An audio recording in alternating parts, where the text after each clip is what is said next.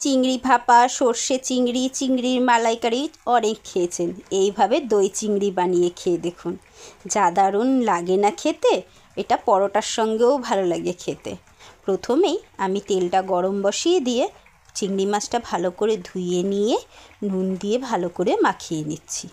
এবারে ওই তেলের মধ্যেই আমি চিংড়ি মাছগুলোকে হালকা করে ভেজে নেব। খুব কড়া চিংড়ি মাছ ভাজার দরকার নেই, কারণ না হলে রাবারের মতো খেতে লাগবে। একটু সামান্য কালার চলে আসলেই চিংড়ি মাছগুলো আমি নামিয়ে নেব।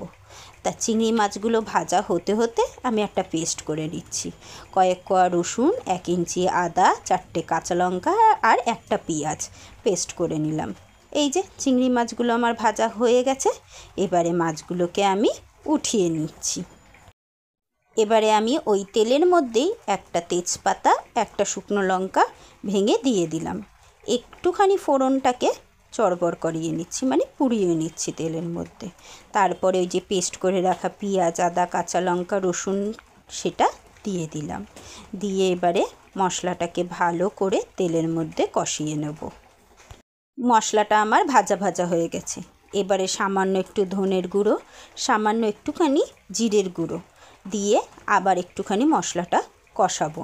এইটায় আমি কোনো রকমভাবেই লঙ্কার গুঁড়ো বা হলুদের গুঁড়ো অ্যাড করব না, তাহলে কালারটা কিন্তু একটু চেঞ্জ হয়ে যাবে। পরিমাণ মতো লবণও দিয়ে দিলাম, দিয়ে আবার ভালো করে এটাকে ভেজে নিচ্ছি। মশলাটা যেই তেল ছেড়ে দেবে, ফেটিয়ে রাখা টক দই আমি দিয়ে দিচ্ছি। এখানে আমি ওই 3 থেকে 4 চামচ টক দইকে ভালো করে ফেটিয়ে নিয়েছি। তারপরে এই মশলার সঙ্গে লো ফ্লেমে কষাতে হবে, না হলে কিন্তু দই দেওয়ার সঙ্গে সঙ্গে মশলাটা কেটে যাবে। লো ফ্লেমে এটাকে ভালো করে কষিয়ে নিয়ে একটুখানি চিনি দিয়ে দিচ্ছি টকটা ব্যালেন্স হওয়ার জন্য। আবার একটুখানি নাড়াচাড়া করে নিলাম। এবারে আমি ভেজে রাখা চিংড়ি মাছগুলো এর মধ্যে দিয়ে দিচ্ছি।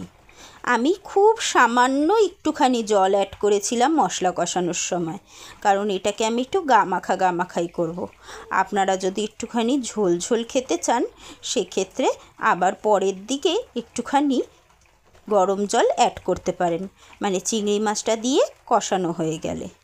এবারে আমি এর মধ্যে অ্যাড করে দিচ্ছি সামান্য একটুখানি গরম মশলা আর একটুখানি ঘি, তাতে এইটার ফ্লেভারটা আরও বেশি ভালো লাগে। ঘিয়ের গন্ধ আর গরম মশলা মিশে গিয়ে চিংড়ি মাছটা খেতে কিন্তু ভীষণই ভালো হয়। তো আমার চিংড়ি মাছের এই রেসিপিটা একদম রেডি। আপনারা অবশ্যই বাড়িতে বানাবেন আর আমাকে কমেন্টে জানাতে ভুলবেন না এই রেসিপিটি কেমন লাগবে।